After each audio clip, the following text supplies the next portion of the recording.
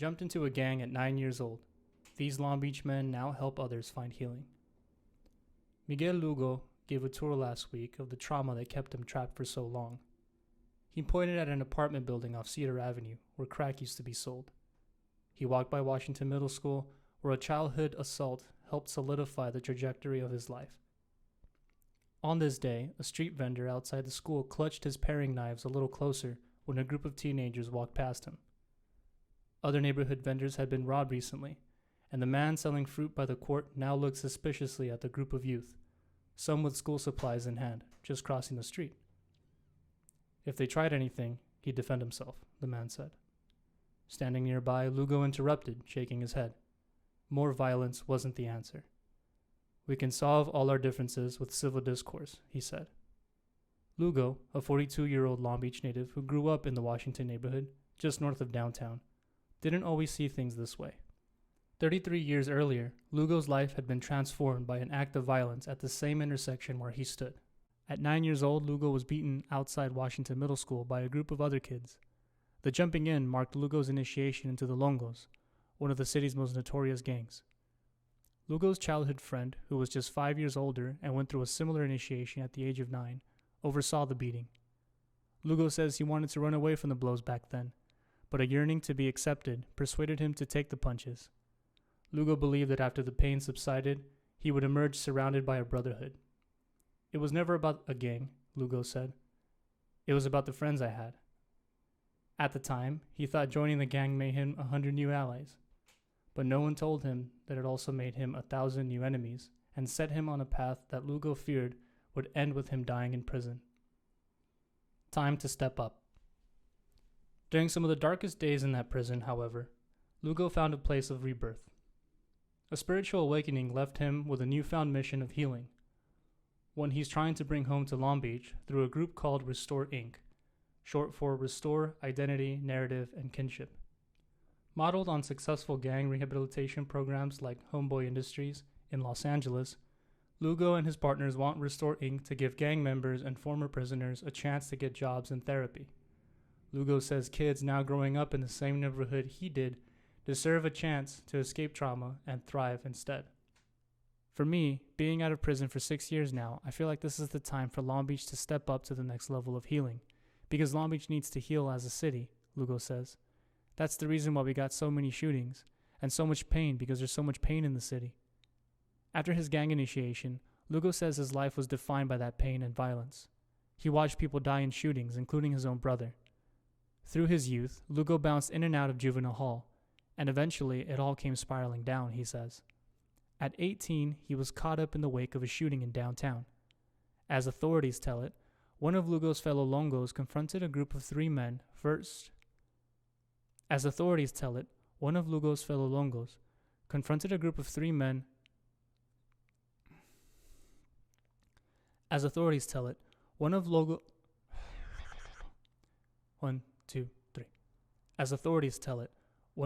fellow Longos confronted a group of three men near First Street and Elm Avenue, accusing them of being part of a rival gang. They denied this, but the shooter pulled out a weapon and fired, wounding two of them. Lugo says he happened to be visiting a friend after work. in a nearby apartment when the shots rang out. Because of his ties to the Longos and because he matched the shooter's description, he was charged in the crime.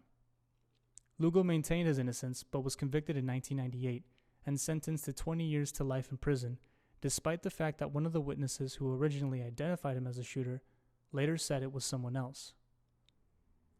A baptism of freedom. In 2014, Lugo appealed his case, claiming his lawyers failed to adequately challenge the credibility of the witness who changed his story about seeing Lugo.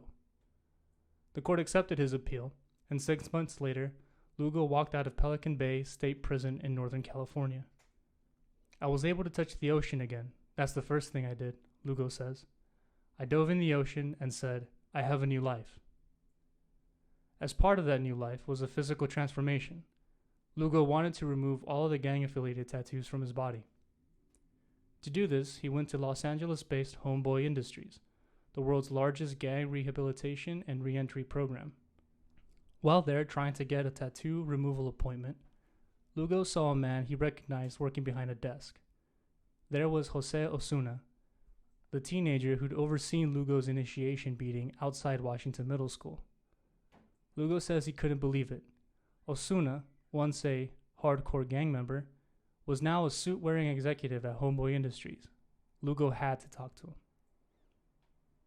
I'm sitting in my office, and this big tall dude with this ponytail opens the door, and he calls me by my gang name, Osuna says.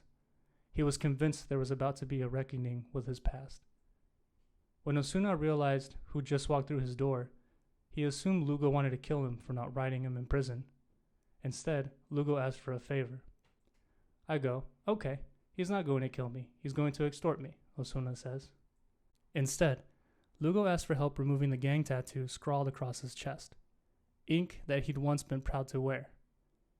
He started telling me about the change in his life, when he changed in prison, so I ended up getting him the tattoo removal, Osuna says. That's when our friendship started. Because we were homeboys before, we were never friends. That's the day our friendship started. But there was more to Homeboy Industries, Osuna explained, telling Lugo they offered programs that could help him heal from the trauma he experienced. This got him hooked. And I was lucky, because the same guy who jumped me into the gang was working at Homeboy Industries and told me that if I wanted a different life, this is where I can come and find it, Lugo says. Osuna's life had followed a similar trajectory of tragedy and imprisonment. His son was shot to death in 2007, just down the street from Washington Middle School, and Osuna spent more than a decade in prison before finding his way to Homeboy Industries. Now the two childhood friends attended therapy sessions together with Homeboy Industries founder, Father Greg Boyle. Through those meetings, Lugo says, he was able to see a future outside of shootings, drugs, and death. I vaguely remember that day when he came in, Boyle says. Jose really advocated to bring him on, and subsequently we did. Boyle described Lugo as a man with a large stature, but he never saw him impose his immense size on anyone. He called him gentle. Boyle ended up hiring Lugo as head of Homeboy Industry Security, which gave him a sense of purpose and a way back into mainstream society. He started taking what he'd learned to other former inmates. I watched him become a wisdom figure to the younger guys, Boyle says. Lugo talked to them about getting jobs, going to school, even about just opening a bank account or signing up for a driver's license test. Mundane parts of life they'd been left out of. I talk to the homies and I tell them, you know what a 401k is, bro? And we just talk about the simple things we take for granted, Lugo says. Restoring Long Beach. Very quickly, though, Lugo and Osuna began to realize that Long Beach, their hometown where kids are still living through the same gang-related trauma they did, lacked a program similar to Homeboy Industries. It pained them that the Washington neighborhood was still disproportionately plagued by violence. Shootings happen frequently, and, as Lugo puts it, the meth bags have replaced the cocaine bricks from the 80s. The two recognize the effectiveness of Homeboy Industries' style of incorporating former gang members into the workplace. Lugo says he believed in it because it saved him, and he was as stubborn as they come. Long Beach, for being such a rich city, and for us not to have a program like this, is kind of pathetic. We have to leave the city and go somewhere else so we can get the help, Lugo says. In response, the two started developing their support community, Restore Inc. The group is dedicated to helping the formerly incarcerated and those living through the traumas of gang life. Therapy is a big part of what Lugo and Osuna have set out to do.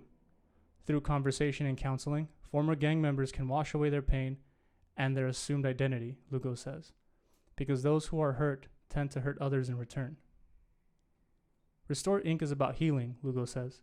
It's about taking the mask off and giving them a place where they can take the mask off. In February 2019, Lugo and Osuna teamed up with Reverend Kyle Blake from Gathering Lutheran Church in Central Long Beach to host Bible studies out of his living room for members of rival Long Beach gangs. The three men would host about 10 to 15 gang members at a time once a week to share meals and talk. Lugo wanted to show these men, who often viewed each other as enemies, that they're not very different. It's difficult to kill someone when you know them, he says. There's one man's breakthrough he'll never forget. We were sitting there, me, Kyle, and Jose, eating, and he goes, "Man, we're just people that were misguided by the misguided," Lugo recalls. "If we don't do something about it, That's the same thing that's going to continue to happen. Their message had sunk in, Lugo says, and it just sounded so beautiful. The tools needed by former inmates and gang members is simple, Lugo says. Just finding them a stable job or a place to feel safe to open up are key. In practice, though, it's difficult to find the funding and volunteers who want to put in the work to help them. It sounds so simple, but it becomes so hard. Because who wants to tutor a guy with a tattoo on his face that says fuck you, Lugo says. The pandemic, too, has complicated the plans for Restore Inc., putting a stop to their in-person therapy sessions. For now, Osuna says the group keeps in touch with incarcerated people by writing letters to them. They also connect with the families of the people in prison to assist in any way they can.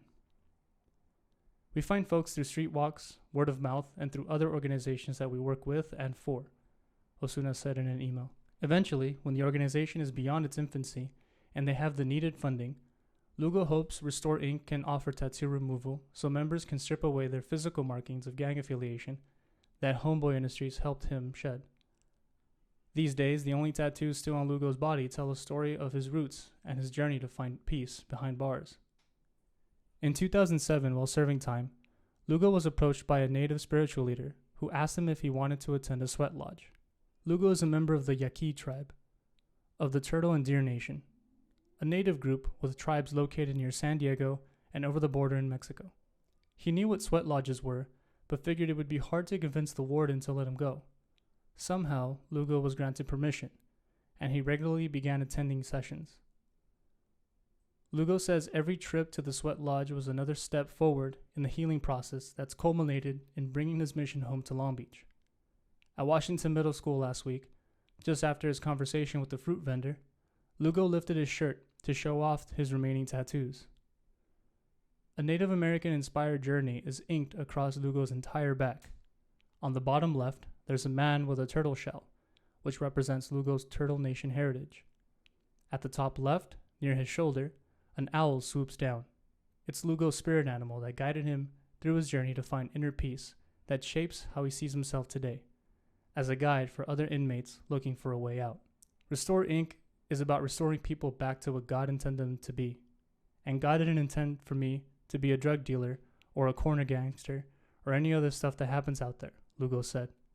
They're surviving. I'm tired of my people surviving. I want them to start living life and enjoying life. Editor's note: Jose Osuna is a member of the Long Beach Post Community Editorial Board, which writes editorials and opinion pieces. They do not have any control over news stories like this one. Community Engagement Editor Stephanie Rivera contributed to this report.